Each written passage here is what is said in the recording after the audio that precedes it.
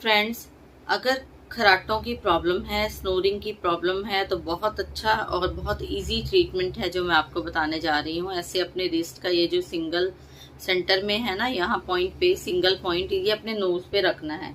Knows पे रखने के बाद जहाँ पे मिडल फिंगर आएगी सेंटर में, वहाँ पे ये पॉइंट है।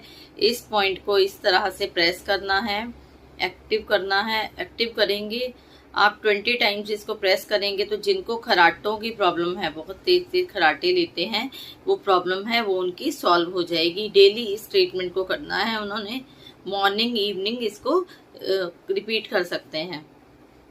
और मेरी वीडियो को लाइक, सब्सक्राइब और शेयर करना बिल्कुल मत भूलिएगा।